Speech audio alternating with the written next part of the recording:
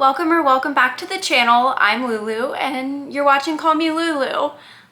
This is a channel where I talk about my reading and writing journey. I haven't posted a long form video in a while, so I thought that I would just do a little reading wrap up, talking about kind of how reading this year has gone. It's been really interesting because I got a small puppy in January, and that's made it hard to kind of like sit down and read the way that I would like to, but it's also meant that I have to drive the puppy back and forth to training a lot. So it's been very fruitful for audiobooks this year. But anyway, I just want to show you guys what I've been reading, and hopefully y'all will tell me a little bit about what you've been reading. Let's go. So a book that I'm pretty sure is the first book that I finished this year is Swan's Way by Marcel Proust, which I believe is the first volume in like the compendium that is like the Remembrance of Things Lost, or the Remembrance of Lost Time. But this is the first volume. It's pretty big. I picked this book up after I finished the audiobook. And I listened to the Moncrief translation as an audiobook, and I thought it was really interesting. This book does not necessarily like align with my tastes, and I could definitely feel that. I originally wanted to read it for like a reading YouTube video, which I might still do, where I was like reading books that a television character that I like reads, and I can kind of tell why that character would read it, and I can also tell why maybe I would not pick it up on my own.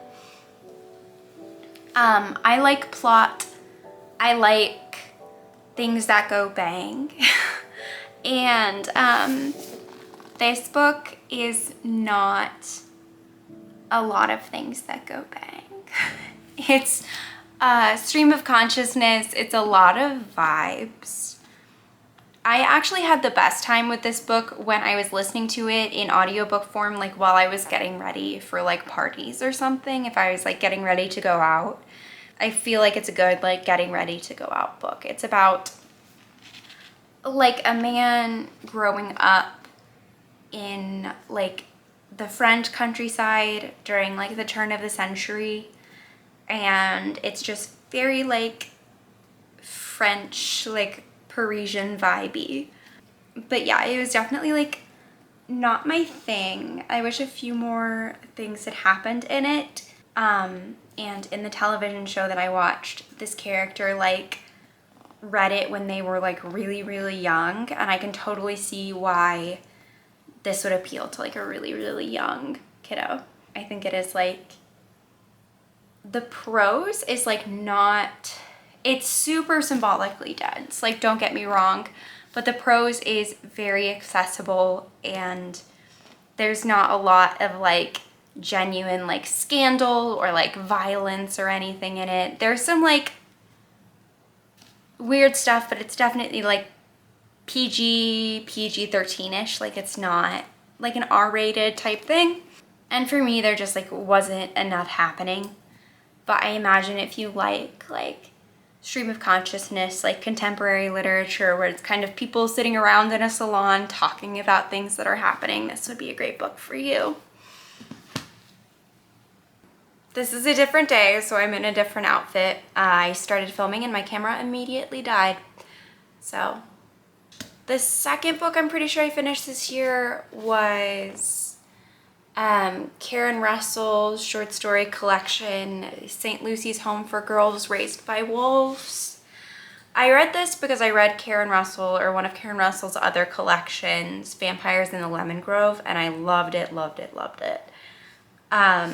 So I was thinking I'd love this one because I do love like literary fiction about girls raised by wolves, and or just any wolves in literary fiction. But this one was like maybe a 3.5 star read for me. I think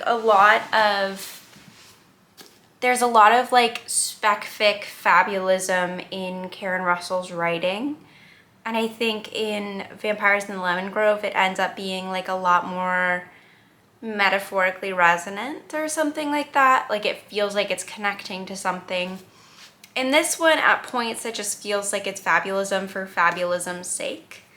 There were a couple stories I really loved. The first story, Ava Wrestles an Alligator, I really, really loved. That's about like a girl living in Florida, and Karen Russell writes a lot about Florida, but it's just like kind of a preteen age girl growing up in Florida, and her family owns a park, which I think is called Swamplandia, where they wrestle alligators. Sorry, my dog is right here. And it's just her like trying to get by, and I think maybe Karen Russell's novel, Swamplandia, which I think is a big prize winner, is based off of that story. But I loved that one in particular. Lady Yeti and the Palace of Artificial Snows is a story that I particularly didn't like from this. I think maybe just because there was like a chimp employee in it, and I think that humans and chimps should be around each other a lot less. It kind of gave me the ick. It also just kind of felt random, and maybe I'm not smart enough to figure it out, but it didn't hit for me. Yeah, and then the title story I also really liked, but that's St. Lucy's Home for Girls Raised by Wolves. I also read or listened to in audiobook form The Magician King by Lev Grossman, which is the second in the Magician series. I liked the story, I think, more than the first one, because it did incorporate Julia's story more. So it felt like there was sort of like a woman's perspective in there that I could relate to. Huge like trigger warning for like violence and essay in it. But the way the story was developed, I really liked. I also really like the show. So getting more of Julia's story, which I think is incorporated in season 1 in the show, was really nice. I also listened to Happy Place by Emily Henry. I think this one's interesting because it is kind of like in the romance category, but I think it does have much more of like an upmarket contemporary fiction tone, and maybe an upmarket contemporary fiction ending as well. I am really trying to chase the high that I felt for Book Lovers, and I'm realizing maybe for Book Lovers that it was just that the world of like agenting is really interesting to me, and that kind of whole publishing world is something I really enjoy hearing about. But I didn't like Happy Place as much. It's a second chance romance where there's a lot of friend conflict, and I think friend conflict just really, really gets to me. It's not something I enjoy hearing about. I think I would much rather have pretty much any other type of conflict than conflict with my friends. I find that like really difficult. So yeah, tonally it didn't really hit for me. Character-wise, it didn't really hit for me. It's a perfectly fine book, but I think it was maybe a 3-star read for me. All right, for this next book, I also had to change. I also got props. So I have my Fishtown hoodie, I have my Up North mug, I have my Sleeping Bear Dunes children's book, and I have my black bear puppet, because the next story that I listened to in audiobook form was Funny Story by Emily Henry. Again, I'm just trying to chase that high from Book Lovers, but I didn't know when I started reading it that this book was set in the Michigan Peninsula. And the Michigan Peninsula is my enemy. I have spent much time there, and it's not a place for me. I am a Texan girl. I like the sun.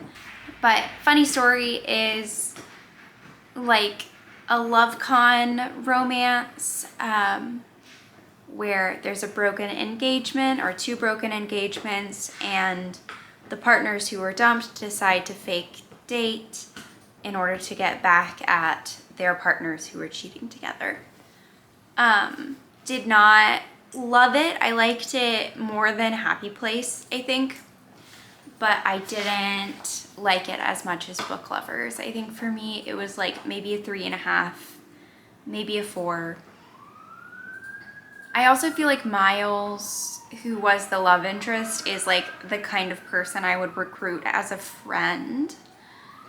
Just like very extroverted, like very kind. I think the love interest from Book Lovers, Charlie, who is a very serious man who like doesn't smile, is like more what I picture when I picture like a romance story. It was like, I thought Miles was sweet. I thought a lot of the other characters were sweet, but it didn't really feel like the romance. And I also listened to Ninth House by Leigh Bardugo as an audiobook. This a solid 4.5 for me. I really liked it. It's about a protagonist who sees ghosts, who is recruited to be in a secret society that monitors all of the other secret societies on the Yale campus who are able to do magic as well. I loved the characters in this, Alex and Darlington, which is weird because I just said in Funny Story I didn't really feel the romance because Miles is an extrovert, but I think like Darlington is a very uptight extrovert, so I can kind of see the romance there. But I didn't really understand the magic system of this book. Like, why does magic only exist on the Yale campus? Like, how is it simultaneously like so close-knit and small, and also like people are coming from all over the world to get like magic services done, and like prominent people? Like, is it a small campus thing that can be monitored by students, or is it like a huge worldwide, like global phenomenon that there's like magic on the Yale campus? But I loved the characters. Alex Stern, I think, was very relatable. Her like relationship with Darlington was interesting. I liked their dynamic together. I thought the plot was really well done, despite sort of despite the shortcomings of the magic system. I think the plot was really nice. There were some twists in it, which I really appreciated. And right after that, normally I wait for sequels, but for this one I didn't. I read Hellbent by Leigh Bardugo, and it's the second one in the Alex Stern series. I loved the first one so much that I actually bought a paper copy of the second one. I also love this cover, just the little rabbit. Yeah, this was like amazing for me. Solid 4.5, maybe 5 stars, but will be one of my favorite reads of the year. I really appreciated the dual point of view in this book. I thought it was really well done.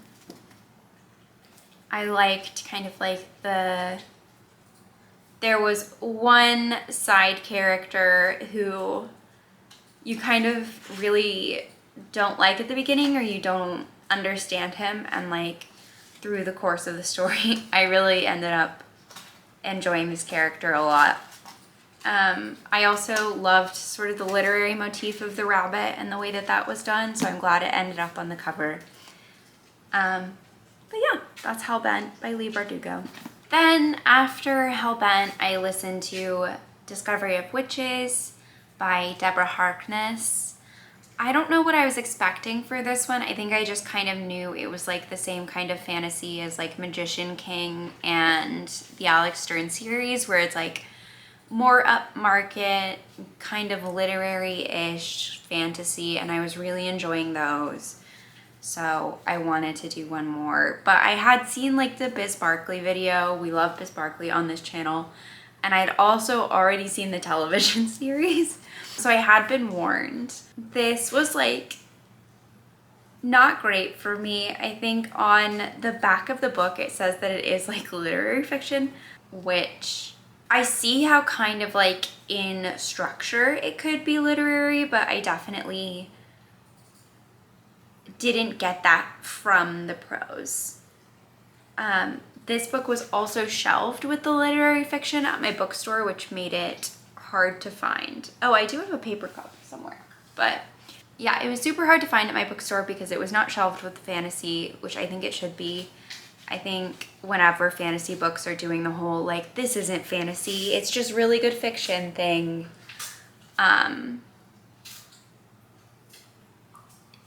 it's not right to me. But it's about a witch who falls in love with a vampire, and they are both working at Oxford in the Bodleian Library. I was hopeful that this book would contain more library scenes or like more archival work in general. I think pretty early into the book, they kind of depart from Oxford and like don't go back. A lot of what I wanted them to be doing, they weren't actually doing. It's set mostly in a French castle, which is nice, but it's just like not my thing. I also think like Biz Barkley in her video mentions that like Diana is the most not like other girls girl to like ever do it, and I think that that's absolutely true. Like Diana is the classic like chosen one witch. She has a lot of powers that she can't control. Everybody loves her just by nature, and that kind of like wasn't for me. That's Discovery of Witches. I am almost about to start listening to the second one on audiobook, so wish me luck on that one. Next, I listened to Tartuffe, the play, because I was thinking about auditioning for a production of Tartuffe. And although I didn't audition, I am so glad that I listened to the play. It's about like hypocrisy in the church. And there's a family who invites like a supposed member of the clergy into their home, and he just like wrecks their lives. And then everybody's trying to get back at him. I really loved this. It is like written in rhyme, like it's in verse, which I thought was really cool. It is like, was written so long ago, but it still feels very contemporary. And I'm just very glad to be acquainted with this play. I think for me, it was my first 5-star read of the year. Next, I listened to A Court of Thorns and Roses by Sarah J. Maas. Again, I was just like trying to like chase that high that I felt with Ninth House and Hellbent by reading like new adult type fantasy. And I think we all know what this is about.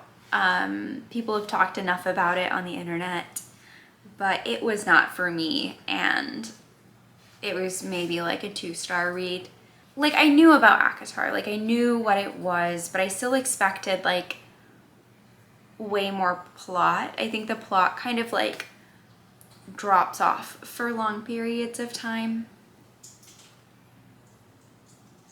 Yeah, I expected it to be like kind of cheesy and like, you know, like not very literary, but it did kind of also, I felt bored in places, which I didn't expect to be. I think because like the videos and stuff that I've seen of it are so entertaining, I expected it to be entertaining, but it was not that for me. Then I listened to Emily Wilde's Encyclopedia of Fairies, and I loved this. Oh my goodness, this is what fairies should be in my mind, like equal parts kind of like gallant and menacing. I loved the like references to scholarship. Jonathan Strange and Mr. Norrell is probably my favorite book, and it references like a lot of like fake footnotes and like magical texts that are like fictionalized within the story, like, and Emily Wilde's Encyclopedia of Fairies does the same thing. It's about a dryadologist in kind of like an alternate universe, turn of the century England, and she is like an anthropologist who studies colonies of fairies. Yeah, she goes with a research partner, or the research partner follows her there, but she is going to work on a project in like the Scandinavian wilderness to investigate this type of like this race of really menacing fairies who are kidnapping people in the village. And I just loved it. Oh my goodness. Like, it was a solid 5-star read for me. Shout out to Heather Fawcett who wrote this series. Like, I felt so inspired to write after I read this. It was amazing. I also read the second one, Emily Wilde's Encyclopedia of Other Lands, and it's just a continuation of that series. I don't want to give a lot away because I think it can be spoiled, but it just follows the same like dryadologists that we know from the first book, and they are trying to accomplish research and also solve a big problem. This was like a 4-star for me. I enjoyed it. I didn't love it as much as I loved the first one. Then I read If We Were Villains by M.L. Rio. I made a short about this, but this book is about a cohort of students at a Shakespeare acting conservatory in their final year. It's like a dark academia that a lot of people compare to The Secret History by Donna Tartt, and it's been pretty big on TikTok. But during their final year, these students end up going through a lot of tragedies and keeping a secret from each other. This is another book that can be spoiled, so I don't want to give a lot about the plot away. But y'all, I felt like this book wasted my time. I think what I built up in my head, like there's a mystery that is only like solved in the very end. And I think because you go so long without knowing the answer to the mystery, what I built up in my head, like as the solution to like, or like as the explanation for this happening that the narrator is trying to piece together, what I built up in my head to maybe be that series of events was, I think, more interesting to me than what actually ended up being the thing that happened. For me, it was like pretty along the lines of what you'd expect. So I didn't like that. I didn't like the framing. There's like a framing story where some of it takes place like a decade before, and then the narrator goes back to present time to talk about like his experience in the present. And I think that all kind of like comes together in the end, but I think that those two timelines should have been more intertwined before you get to the very end. One of the reasons that I picked this up is because I was thinking of writing a Shakespeare retelling myself. And this book is just like heavily based on Shakespeare. M.L. Rio has a degree in Shakespeare. But this book literally made me reconsider. Like, I'm not saying that to try and be mean. Like, while I was reading this book, I was thinking to myself, like, oh, maybe writing a Shakespeare retelling, like, isn't the best idea. Which is weird because I generally love Shakespeare. I was in Shakespeare group in college and stuff like that. So that was an unusual thought pattern for me that was like brought on by this book. And speaking of how I love Shakespeare, I read As You Like It by William Shakespeare. This is a play. I've watched like the Kenneth Branagh movie of this play, but that was a while ago, so I thought it was like old enough in my memory that I would enjoy the play. This is one of William Shakespeare's pastorals, and I really enjoy like the concept of the pastoral and like exploring the pastoral, so I thought I might really like this play. And I liked it. I think it was like a solid 4. There are some classic like Shakespeare lines in this that I was like, oh, like that's from this play. Like the 7 Ages speech is from this play. I really liked this, and some of the footnotes in here are just immaculate. I made a short about the footnotes, but some of them are kind of fussy, and it's great.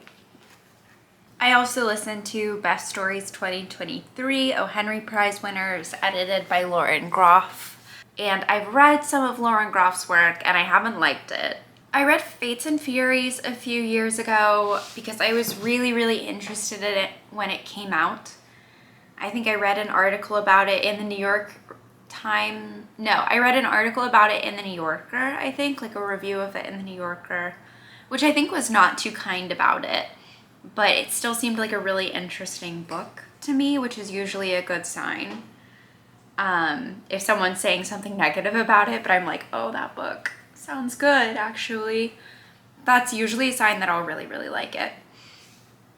But I did not like Fates and Furies, and I've been trying to get into like other stuff by Lauren Groff, so I thought this would be a good entry, just like short stories that she selected and ordered. But alas, it was not. I'll give this one a 3 out of 5. I think I loved some of the stories and I hated other stories in this. So 2 stories I really loved. The Hollow by Pemi Aguda. Fantastic. I loved like the imagery. I loved everything about it. Just go and read The Hollow by Pemi Aguda. And then The Locksmith by Gray Wolf Jajoy, I think, I also really liked. And that one was so short and condensed, but so beautiful. And then on the other end of the spectrum is the story that actually is sandwiched between those 2 in the collection, which is Dream Man by Cristina Rivera Garza. This was so long. Oh my goodness, it felt so long. Like so much happened in it.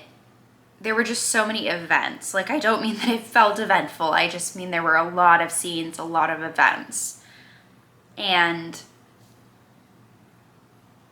I lost my way in it. Like whew. I also listened to the romance novel Swift and Saddled in audiobook form with my husband. It was kind of like our car trip audiobook. And Swift and Saddled is kind of a Western romance that's like enemies to lovers. A barrel racer falls in love with like a bar owner in her hometown. And this was like maybe a 3 out of 5. I was really excited to get into like the world of it all. A lot of the time when I pick up a romance book, it's for the world, or at least like that's a big element in choice for me. I love like learning about Western writing and stuff. I also knew that the protagonist in it was a vegetarian, like living at her parents' home on a huge Wyoming cattle ranch, and that she was a barrel racer. So because she was a vegetarian, I thought that there was going to be some sort of like commentary on like animal welfare in like the West and like Western writing disciplines. There was not. She is just vegetarian because she does not like the texture of meat.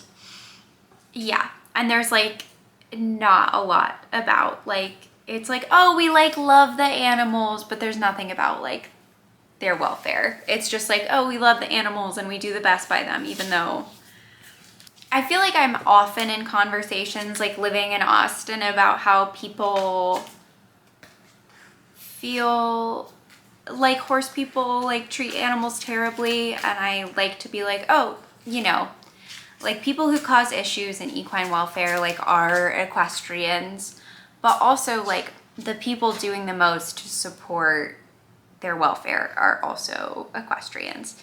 Emmy, who is in this book, is not. Or at least she's not like exploring that. I am sure that there are like great barrel racers. Barrel racing is like, I think the only like predominantly like, I think it's a women's only Western rodeo sport. And that's really cool. It was like made for women. Women compete in it. They ride horses really fast. And it's wonderful to have like riders who can do that, and like women riders who can do that. However, there are like some big issues in barrel racing. Barrel racers are not scored on horsemanship. And so there is like a lot of bad like riding style and riding practices that like pervade the sport. Whipping your horse is like very pervasive, or it is pervasive in barrel racing. People will also like strap themselves into the stirrups, and in that case, if they fall, they will get dragged by the horse, which is very bad for you. Also, not a lot of people wear helmets, and you should always wear a helmet when you're on a horse.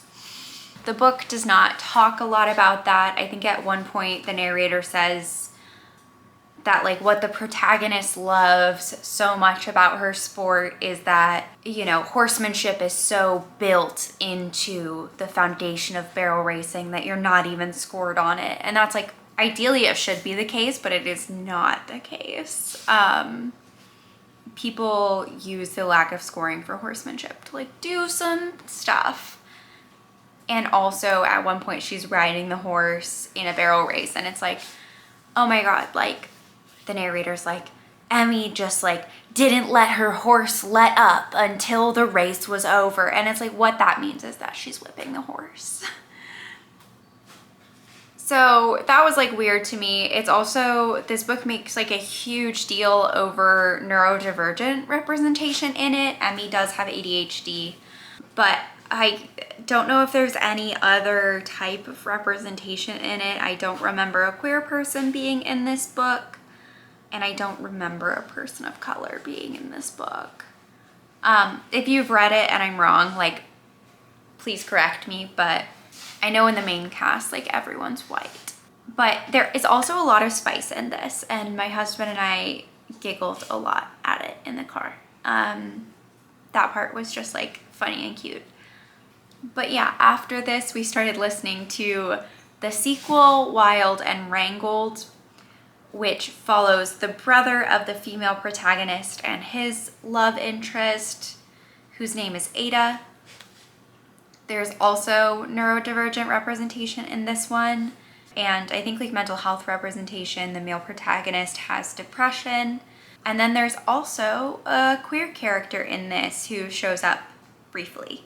This one I think would have been like better for me if it weren't for like the audiobook narrators, or one of the audiobook narrators. The love interest in, or like the male protagonist in this is supposed to be like a sweet little like puppy dog, golden retriever cowboy. And the audiobook narrator is doing like a heavy like New York like mobster accent for him. And he always sounds angry when he speaks. So he's like, I couldn't take my eyes off Ada. Oh my gosh, like what is she doing to me? And it's like, okay, this is like not the way that that character would speak. So that got a lot of like giggles from us, but it wasn't necessarily like, definitely didn't enhance the story. Yeah, so that was those two books. Then I read Stuffed Animals and Pickled Heads by Stephen T. Asma. I've actually been working on this one for a really long time, and I still have an essay or two left in it, but it's an essay collection about like the development of natural history museums. It's kind of like history of science sort of stuff. The writer of this is actually, I think, like a philosopher or an academic in philosophy. And I think he runs a podcast with Paul Giamatti. But it was also published like quite a while ago. Yeah, it's from 2001. So the science in this is not necessarily new. I think, I also was interested in this because this book was like lying around a lot where I used to work. I think everyone had a copy of this in their office. And a lot of the staff there had worked at the Field Museum, and this book, one of the essays, takes place in the Field Museum, which I think is why they had it. But I wasn't like blown away by the science in it. I think I kind of knew most of the historical stories in it and like a lot of the science facts, but the way that they're synthesized in like a sort of philosophical context is wonderful. Like, I think the first essay like talks about spectacle in museum descriptions, or talks about spectacle in museum specimens. One of the lines is, how do you attract a consumer? How do you attract a learner? In both cases, the answer can be spectacle, but there are different species that exist within the genus of spectacle, and it's worth trying to draw a few distinctions. Like, stuff like that I thought was incredible. There's an essay that talks about like issues in taxonomy and the history of taxonomy, and like the use of taxonomy to develop theories of evolution, and how that kind of like plays out in the ways that different collections are organized. And I would totally recommend it as a read if you're into like history of science, or you are a kid who liked to go to the museum a lot. I think this can give an interesting perspective on that. I also listened to the audiobook Freedom from Obsessive Compulsive Disorder by Jonathan Grayson, because I am trying to have less obsessive compulsive disorder, and this book did sort of help. I think the book in places can be very like CBT, like pull yourself up from your bootstraps, like just get over it kind of. In certain places, I didn't think it was the most empathetic, but overall, I think the psychoeducation that it provided was wonderful, and it sort of helped me through some stuff I've been going through. So I would recommend it to someone in my position, but also you might have to kind of like absorb some of it and leave some of it. I also read The Copy Editor's Handbook by Einstein and Schwartz. This is pretty much the standard if you want to learn about copy editing. It's got so much in here, pretty much all of the basics.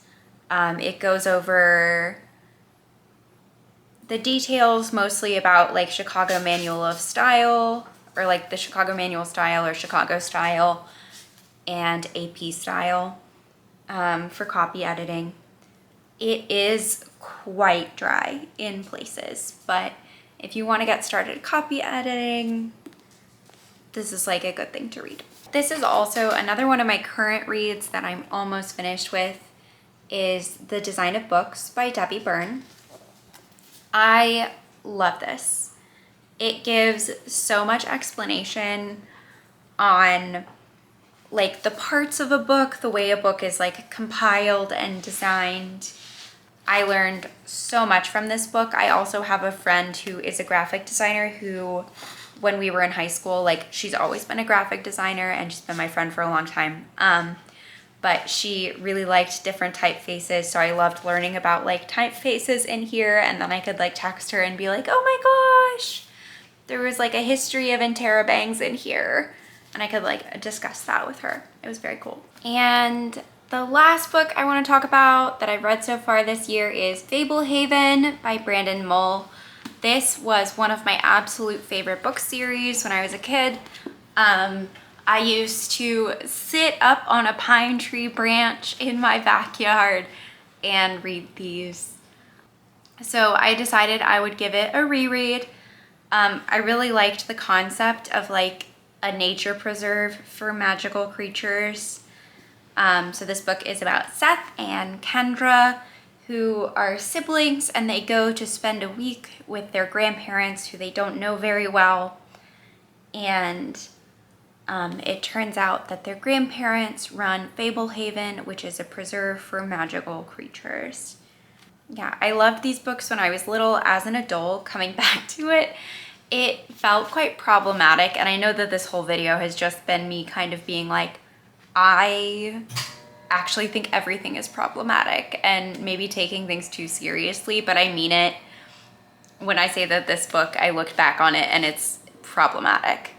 So the magical creatures that live on this preserve are not like creatures. We're not talking like unicorns, salamanders. They're not animal type magical beings. They are humanoid magical beings They are witches, they are trolls, they are satyrs. None of them want to be there. They're having an act of rebellion to try and break free, which makes me feel like it's more of like a reservation internment camp situation than like a nature preserve type situation, because all over the animals, or like they're not animals, the creatures are able to voice that they do not want to be on this preserve. That seems odd. I get that you don't want them to take over the world and you want them to be safe from people, but I think that they do deserve some autonomy.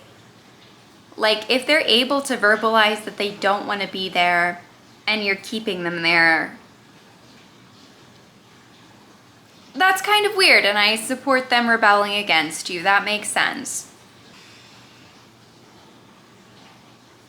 Yeah, so that was kind of odd. And then I think the other thing is, like, I know it's a children's book, but I think the plot really does not come together and start rolling until like 3/4 through the book. There's a lot of like setup. So that's Fablehaven. And that's what I've read so far this year. I think I maybe left a few books off. I wasn't really tracking that well, but that's most of what I read. I look forward to reading a little bit more. I look forward to hearing from you guys. Have you guys read any of these books? What were your opinions on them? How is reading going so far for you? Let me know, and I will see you guys next time. Take care of yourselves. Happy reading. Bye.